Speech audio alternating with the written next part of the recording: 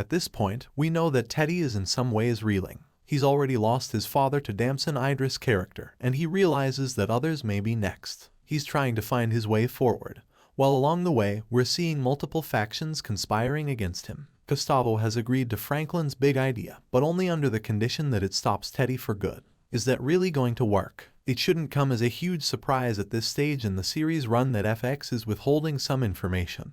But for now, this is all we know about Snowfall Season 6 Episode 8. A plan was put into action by Franklin and Gustavo. We still mourn Joseph as Jerome, so it's amazing to see him directing this. Although it is the first episode of Snowfall he has done, this is not his directing debut. It must have been challenging to take on this position while Jerome was still living, given how demanding the work on this show can be. We acknowledge the significance of his passing, even though it remains one of the most difficult TV deaths we've witnessed in recent years. Franklin, Louis, and others were able to completely comprehend the implications of this life as a result of this. Franklin and Gustavo believe that their strategy might be the best method to put an end to violence because it breeds more violence. Unfortunately, we're not so positive after some of the conversations Teddy had in this episode. We get the impression that nobody is going to escape this tale unscathed the longer it goes on. We may soon experience more catastrophe, and we are definitely unprepared for it. Unfortunately, everything has to come to a conclusion. Not every story has a happy conclusion. As her conflict with her cousin Franklin Saint heats up in the show's final season, Louis appears to have lost the support of her audience. In the home, the family conflict first arose. Teddy McDonald, a former CIA agent who stole Franklin's $73 million,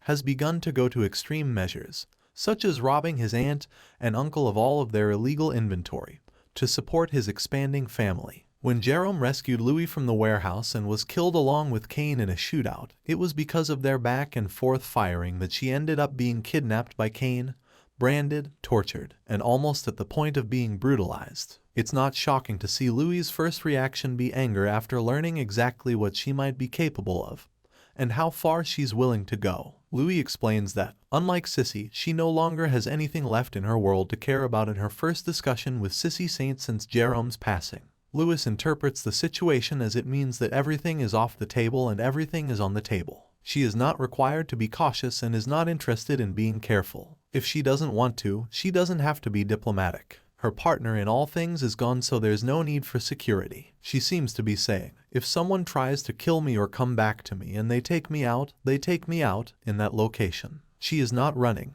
She is no longer planning how to play the game for as long as possible. All bets are off, she continues. In deconstructing Louis, all of her true selves become apparent. She eventually takes off her armor and shows her vulnerability during her breakdown, a plot point that Louis claims she worked on with the writers. She truly lost everything, and she is devastated. She can't put on a mask like she has the rest of the season, in my opinion, Louis says. As Louis makes several visits to various individuals, she spends the majority of the episode juggling the concepts of forgiveness and retribution. What is perhaps most shocking, though, is one of Louis's initial actions. She visits Scully's house to inquire about the best way to let her rage go. For understanding and for a refuge from her pain, Louis claims that it took her some time to come to the conclusion that her character turned to the unlikely source. Since he lost everything, Scully has continuously worked to get everyone to forgive and make amends with one another, even with themselves. She noticed that Scully had that quality, or she realized it, and she was curious about how you did it. How did you arrive at this state of serenity